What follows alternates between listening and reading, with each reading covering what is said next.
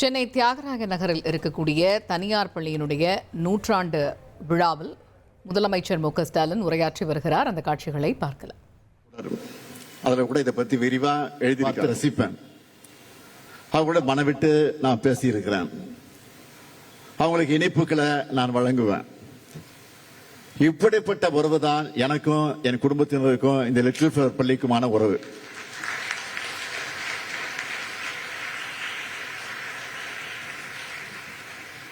இந்த 40 ஆண்டுகள் எத்தனையோ அழகான நிகழ்ச்சியான பெருமிதமான உணர்வுகளையும் நினைவுகளையும் இந்த பள்ளி எனக்கு கொடுத்திருக்கு.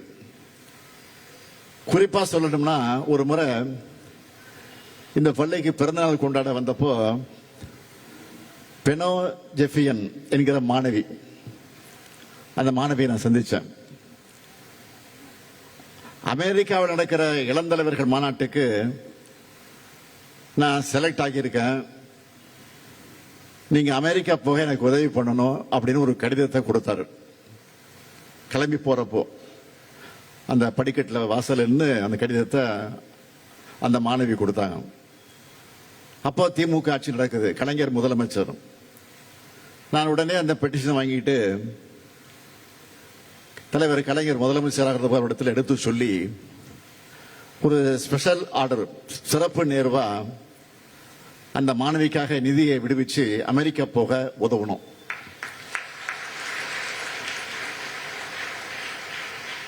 அது மட்டும் இல்ல, அவருடைய பிறந்த நாள் அன்னைக்கு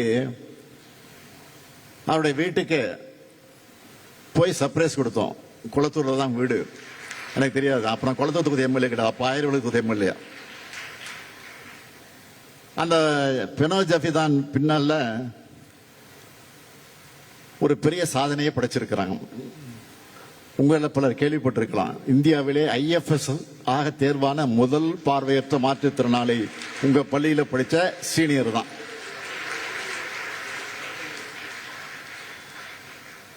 என்னுடைய மனைவி கூட ஒரு புக் எழுதியிருக்கிறாங்க, அவரும் நானும் அப்படின்னு ஒரு தொடர். அதில் கூட இதை பத்தி விரிவா எழுதியிருக்காங்க. இப்படி பல்லாயிரம் சிறப்பு குழந்தைகளோட வாழ்க்கையில இந்த சிறுமலர் பள்ளி ஒளியேற்றி வச்சிருக்கு. ICM அருள்கண்ணியருடைய கருணையால 1926ஆம் ஆண்டு 3 மாணவர்களோட ஊன்றப்பட்ட சிறிய விதை இன்னைக்கு இவ்வளவு பெரிய ஆலமரமா பலருக்கு நிழல் தந்து கொண்டிருக்கு. 100 ஆண்டு காணும் இந்த வேளையில இந்த பள்ளியை தொடங்கின பெல்ஜியம் நாட்டு அருள் சகோதரிகளை நன்றியோடு நினைச்சு பார்க்கிறேன். மாற்றுத்திறனாளிகள் மட்டும் இல்லாம இளம்பெண்களின் வாழ்வாதாரத்துக்காகவும் தொழில் முனைவோர் பற்ற தடுப்பு மற்றும் புனர்வாழ்வு மையங்களை அமைச்சு சமூகத்துக்கு பெரும் தொண்டாற்றி வருங்க. மேலும் வீட்டு வேலை தொழிலாளர்கள் நலன், புலம்பெயர் தொழிலாளருடைய நலன், ஒடுக்கப்பட்ட மக்களுடைய உரிமைகளை மீட்டெடுத்தல் உள்ளிட்ட பல பணிகளையும் தொடர்ந்து செஞ்சுட்டு இருக்கக்கூடிய LFC குழுவினருக்கு என்னுடைய பாராட்டுகளையும் வாழ்த்துக்களையும் நான் தெரிவிச்சுக்கிறேன்.